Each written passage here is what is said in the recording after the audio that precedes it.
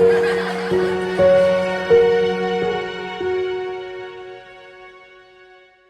guys, welcome back to our channel. It's me, Eric, one of the education specialists for Easton Bank's Learning and Life Center. Before we get into today's video, thank you guys so much for subscribing. If you have already joined the channel and been following our journey here in the garden, or are new to the channel, thank you so much for stopping by. Make sure to subscribe, like and comment, share this video, and do not forget to click the notification bell in the top left or right corner of your screen to be notified when we drop new videos, which is every single week. You already see I'm wearing one of our pieces of merch. This is our Go Outside t-shirt. Go Outside today. It's really cute. Click the link in our description box of this video, which will take you to our storefront, and you can see all of the merch that we have for you. We have these t-shirts, we have other t-shirts, socks, stickers, mugs, jackets, bags, and more merch on the way. So check out the merch, let us know what you think. Make sure to follow us on Facebook, Instagram at EBLLCINC, and on TikTok at Project Grape. Thank you guys so much for being here, and let's get into today's video. Okay, as you see behind me, we are in this area of the garden right now. We are on the, I don't know, I think this is like the north side of the greenhouse. And the first thing that we're going to tackle is putting up our trellis for the tomatoes. We didn't do the trellis yet because we had the students plant the tomatoes first, and they couldn't really get the T-posts in the ground. I'm going to show you. Had a little difficulty putting these T-posts in the ground. These are 8-foot T-posts. We have 2 of them, and this year we wanted to try out a different trellising method, and it's called the Florida weave method, where you have twine or some type of string.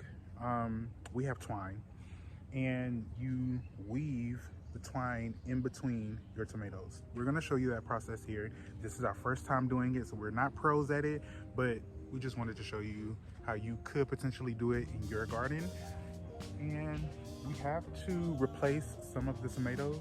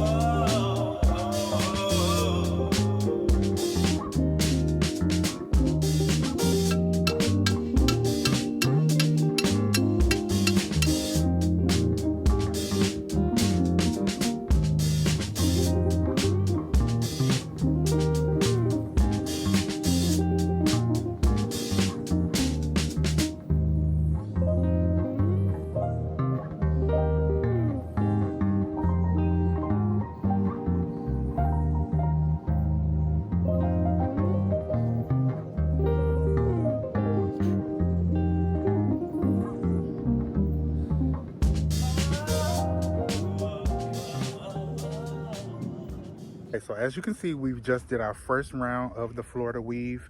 We will come back and do another go through with the twine that we have. Where did I put it?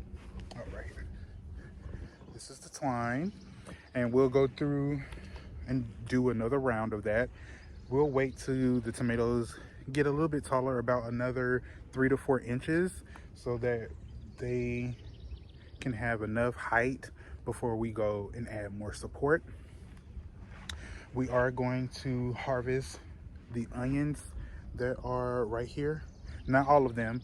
There are a few that already have some of their the greens flopping over. I don't know if that's because of the wind, because it was windy earlier today, because it was very rainy, but I am going to harvest a few of them. And right now we're going to focus on this area. These are the tomatoes that were doing so well, and that wind again blew all of them over. So let's put up some trellising for these guys here.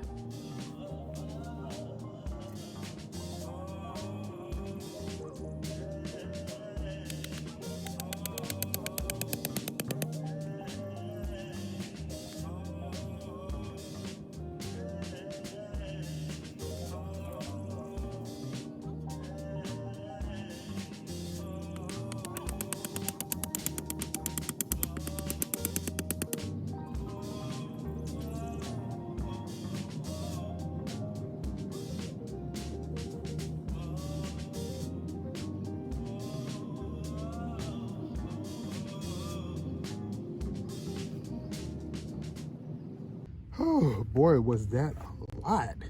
That felt like it took forever, but we are done. I feel like that helped somewhat. I am going to get underneath there and trim up some of those leaves that are touching the soil. My advice to you guys, whoever watching this video and you have tomatoes in your garden and you don't have them on a trellis right now, trellis your tomatoes, because I was not expecting the wind to have blown them over that fast, that easily, and not having them trellised up beforehand was not such a good idea. But they are off of the ground now, which is the whole point of growing tomatoes fully for your own consumption. Tomatoes in their natural state will love to be laying on the ground rather than trellising, because it allows their fruit to easily spread their seed in the soil, providing another generation of that plant. So what humans do is kind of unnatural for tomatoes. The reason why we even trellis tomatoes is for us to actually have a chance at harvesting tomatoes that are free of blemishes, free of pests and disease. So by you trellising your plants, especially tomatoes, you're able to prevent insects and other bugs that love to nibble on the fruit of the tomato from having easy access to it. Disease is always in your soil. No matter what you do, disease can be in your soil. And by the rain splashing the soil on the leaves of your plants, that disease will then be on your plants and it can spread easily. So those are just some points and tips to why you should trellis your tomatoes. And again, I know this is not pretty. It's not pretty, but it's going to do the job for now to keep the plants off the ground. So we did that. We trellis all the tomatoes. We're going to harvest the onions before I leave. And we have one more area that we need to tackle. So let's get to it. These snap peas just did not do well in the garden this year. A lot of the pods were yellow. As you can see, this plant, all of the snap peas honestly had a lot of yellowing. I'm not supposed to be removing, I forgot. Since snap peas are legumes, we're supposed to leave the roots in for them to add nitrogen to the soil later on.